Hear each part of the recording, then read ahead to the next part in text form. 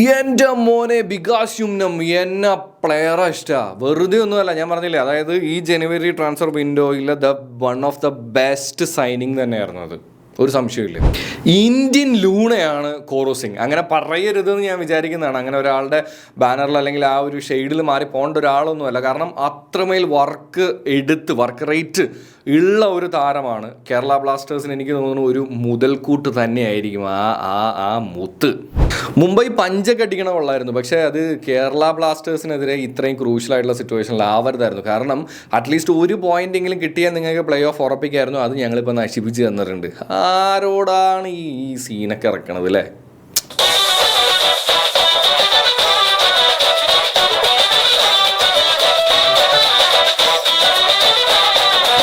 Guys, അപ്പോൾ ഇന്നലത്തെ ISL മത്സരത്തോടെ നമ്മുടെ കേരള ബ്ലാസ്റ്റേഴ്സിൻ്റെ നമ്മുടെ സ്വന്തം ഹോം ഗ്രൗണ്ടിലുള്ള മത്സരങ്ങൾ അവസാനിച്ചു എന്നുള്ളതാണ് അല്ലേ.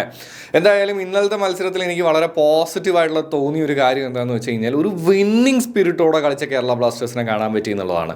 ജയമൊക്കെ ഒരു ഫാക്ട് തന്നെയാണ്, പക്ഷെ എന്നാലും അതിലൊരു ആറ്റിറ്റ്യൂഡ് ഡിഫറൻസ് ഭയങ്കരമായിട്ട് കാണാൻ സാധിച്ചതിൽ സന്തുഷ്ടനാണ് ഞാൻ. പക്ഷെ എന്തായാലും വീഡിയോയിലേക്ക് ഡീറ്റെയിൽ ആയിട്ട് കിടക്കുന്നതിന് മുമ്പായിട്ട് ഒരു കാര്യം പറയാനുള്ളത്, ചാനലൊന്ന് സബ്സ്ക്രൈബ് ചെയ്ത് കൂടുന്ന കാര്യം മറക്കരുതെന്ന് ഓർമ്മിപ്പിക്കുകയാണ്. പിന്നെ സ്പോട്ടിഫൈയിലൂടെയാണ് നിങ്ങൾ എന്നെ കേൾക്കുന്നതെന്നുണ്ടെങ്കിൽ അതിൽ ഫോളോ ചെയ്യാനും നമ്മുടെ ഷോ റേറ്റ് ചെയ്യാനും ഒരു സ്പേസ് ഉണ്ട് എന്ന് ഓർമ്മിപ്പിച്ചുകൊണ്ട് തന്നെ നമ്മൾ കാര്യത്തിലേക്ക് കിടക്കുകയാണ് കേട്ടോ. അപ്പോൾ ഈ കളി തുടങ്ങുന്നതിന് മുമ്പ് അല്ലെങ്കിൽ മത്സരം ആരംഭിക്കുന്നതിന് മുമ്പ് തന്നെ സോഷ്യൽ മീഡിയയിൽ അതാത് അഡ്മിൻസ് തമ്മിലുള്ള ഒരു ഫൈറ്റ് ഉണ്ടായിരുന്നു എന്നുള്ളതാണ്. അതായത് നമ്മുടെ മുംബൈ അല്ലെങ്കിൽ മുംബൈ സിറ്റി FC അഡ്മിൻ ഇട്ടുണ്ടായിരുന്ന ഒരു കാര്യം എന്താണെന്ന് വെച്ച് കഴിഞ്ഞാൽ, കൊച്ചിക്കാരാ പൊക്കോന്ന് പറഞ്ഞാൽ മതി എന്നുള്ള രീതിയിലുള്ള സാധനം ഇപ്പോൾ ഒരുപാട് പേര് സംസാരിച്ച് പോകുന്നുണ്ട്. പക്ഷേ എപ്പോഴും മനസ്സിലാക്കേണ്ട ഒരു കാര്യം എന്താണെന്ന് വെച്ച് കഴിഞ്ഞാൽ, ഒന്നും നഷ്ടപ്പെടാനില്ലാത്തവനെ അങ്ങനെ സിമ്പിളായിട്ട് കാണരുതായിരുന്നു മുംബൈ. കാര്യം എന്താണെന്ന് വെച്ച് കഴിഞ്ഞാൽ, കേരള ബ്ലാസ്റ്റേഴ്സിനെക്കാളും കൂടുതലായിട്ട് പ്ലേ ഓഫിൽ എത്തണം ചാൻസ് ഉള്ളതും അത് യൂട്ടിലൈസ് ചെയ്യേണ്ടതുമായിട്ടുള്ള ടീം എന്ന് പറയുന്നത് മുംബൈ ആയിരുന്നു. അതുകൊണ്ട് തന്നെ മുംബൈ കുറച്ചും കൂടെ കെയർഫുള്ളായി വലിയ രീതിയിൽ ഈ പറയുന്നത് പോലെ തന്നെ വാറൊന്നും ഉണ്ടാക്കാതെ നീറ്റ് ആൻഡ് ക്വയറ്റായി വന്ന് കൃത്യമായിട്ട് കളികൾ കളിച്ചിട്ട് പോകണമായിരുന്നു. എന്തായാലും കൊച്ചിയിൽ നമ്മളെ സംബന്ധിച്ചിടത്തോളം, കേരള ബ്ലാസ്റ്റേഴ്സ് ഫാൻസിനെ സംബന്ധിച്ചിടത്തോളം ഒരു പോസിറ്റീവ് എൻഡിങ് തന്നെയാണ്. സീസൺ അത്രമാത്രം പോസിറ്റീവ് അല്ലെങ്കിൽ പോലും ഒരു നല്ല അവസാനത്തിന് സാധിച്ചു എന്നുള്ളതാണ്. പക്ഷെ അതിൽ എടുത്തു പറയേണ്ട കുറച്ച് കാര്യങ്ങളുണ്ട് കേട്ടോ. ഐമൻ, എൻ്റെ മോനെ എന്താ കളി! പുള്ളിയുടെ പരിക്ക് മൂലം അല്ലെങ്കിൽ കുറേ മത്സരങ്ങൾ കളിപ്പിച്ചില്ല എന്നുണ്ടെങ്കിൽ പോലും പുള്ളിക്ക് കിട്ടുന്ന അവസരങ്ങളെല്ലാം പുള്ളിയുടെ ഒരു സ്കില്ല് ഷോക്കേസ് ചെയ്യാറുണ്ടെന്നുള്ളതാണ് കേട്ടോ. പിന്നെ കോറോ സിംഗ്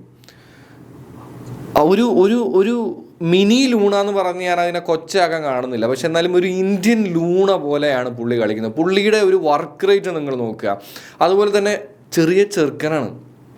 എന്തോരം നേരം എവിടെയൊക്കെ എത്ര എഫേർട്ട് ഇട്ടാണ് കളിക്കുന്നത് എന്നുള്ളത് നമ്മൾ കാണാതെ പോകരുത് എന്നുള്ളതാണ്. അതായത് ഒരു ഫോറിൻ പ്ലെയറായ ലൂണ നമ്മളെപ്പോഴും പറയുന്നതാണ്, പുള്ളി എല്ലായിടത്തും എത്താറുണ്ട്. ലൂണയെ കാണാത്ത മേഖലയിൽ ഇല്ല എന്നുള്ളതുപോലെ നമ്മൾ സംസാരിക്കേണ്ട. അതുപോലെ തന്നെ അത്രമേൽ വർക്ക് റേറ്റ് എടുത്ത് കേരള ബ്ലാസ്റ്റേഴ്സിന് വേണ്ടി കളിക്കുന്ന ഒരു പ്ലെയർ തന്നെയാണ് കോറോ സിംഗ് എന്ന് പറയുന്നത്. അതും എടുത്ത് പറയേണ്ട ഒരു കാര്യം തന്നെയാണ്. അതുപോലെ തന്നെയാണ് 21ാം നമ്പർ കൊടുത്ത് കേരള ബ്ലാസ്റ്റേഴ്സിലേക്ക് ഈ ജനുവരി ട്രാൻസ്ഫർ വിൻഡോയിൽ കൊണ്ടുവന്ന ബികാശുംനം.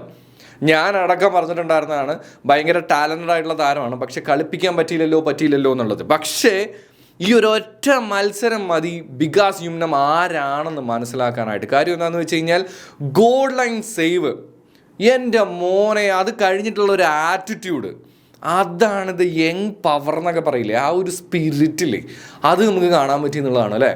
അപ്പോൾ എനിക്ക് തോന്നുന്നു ഈ ഒരു സാധനം അങ്ങനെ നമ്മുടെ സൂപ്പർ കപ്പിലേക്ക് കൊണ്ടുപോകാൻ നമുക്ക് സാധിച്ചു കഴിഞ്ഞാൽ ചിലപ്പോൾ നമുക്ക് വണ്ടേഴ്സ് ഉണ്ടാക്കാനായിട്ട് പറ്റും. പക്ഷേ ഒരുപാട് കാര്യങ്ങൾ മാനേജ്മെൻറ്റിൻ്റെ സൈഡിൽ നിന്ന് മാറാനുണ്ട് എന്നുള്ളത് ഈ സീസൺ അവസാനിക്കുമ്പോഴാണെന്നുണ്ടെങ്കിലും നമ്മൾ ചിന്തിക്കേണ്ടതും മനസ്സിലാക്കേണ്ടതുമായിട്ടുള്ള ഒരു കാര്യമാണ്.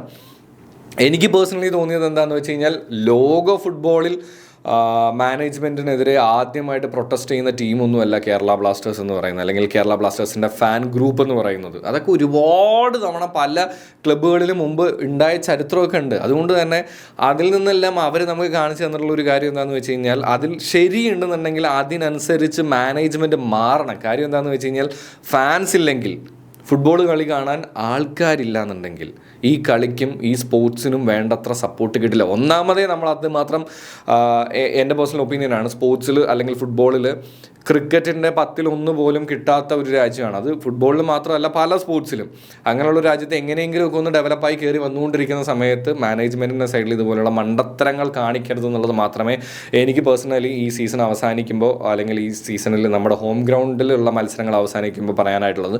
ഇനിയുള്ളൊരു അവസാന മത്സരം ഈ പറയുന്ന പോലെ തന്നെ നമ്മുടെ ഹൈദരാബാദിനെതിരെയാണ്. പക്ഷേ അതിലൊക്കെ മുമ്പായിട്ട് TG പുരുഷോത്തമൻ കളി കഴിഞ്ഞ് വന്ന സമയത്ത് നമ്മുടെ മീഡിയാസിനെ കണ്ടപ്പോൾ പറഞ്ഞൊരു കാര്യം ഉണ്ടായിരുന്നു. അതായത് കഴിഞ്ഞ കളിയിൽ റെഫറിയുടെ ഇൻ്റർഫിയറൻസ് അല്ലെങ്കിൽ ആ മാച്ച് റെഫറി കാരണം നമുക്ക് നഷ്ടമായില്ലായിരുന്നെങ്കിൽ ഇന്നത്തെ വിജയത്തിന് ഡബിൾ മധുരമായിരുന്നേനെ. കാര്യം എന്താണെന്ന് വെച്ച് കഴിഞ്ഞാൽ പ്ലേ ഓഫിലേക്ക് പോകാൻ പറ്റിയൊരു ടീമായിട്ടുള്ള രീതിയിലേക്കുള്ളൊരു ഫൈറ്റ് നമുക്ക് കൊടുക്കാൻ പറ്റിയാണ്. ഇനിയിപ്പോൾ അതൊന്നും പറഞ്ഞിട്ട് കാര്യമില്ല.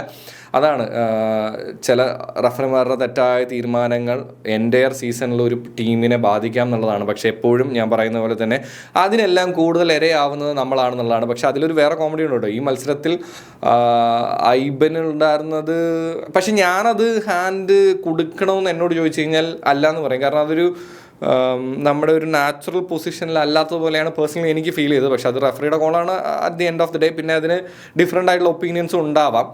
പക്ഷെ എന്നാൽ പോലും അത് നമുക്കെതിരെ വിളിക്കാനൊരു 100% ചാൻസ് ഉണ്ടായിരുന്ന സ്ഥലമാണ്. പക്ഷെ എന്ത് പറ്റിയെന്ന് അറിയില്ല, റഫറി വിളിച്ചില്ല. അത്ഭുതങ്ങൾ സംഭവിച്ചു, നമ്മൾ ജയിച്ചു, അതിലെല്ലാം സന്തോഷം.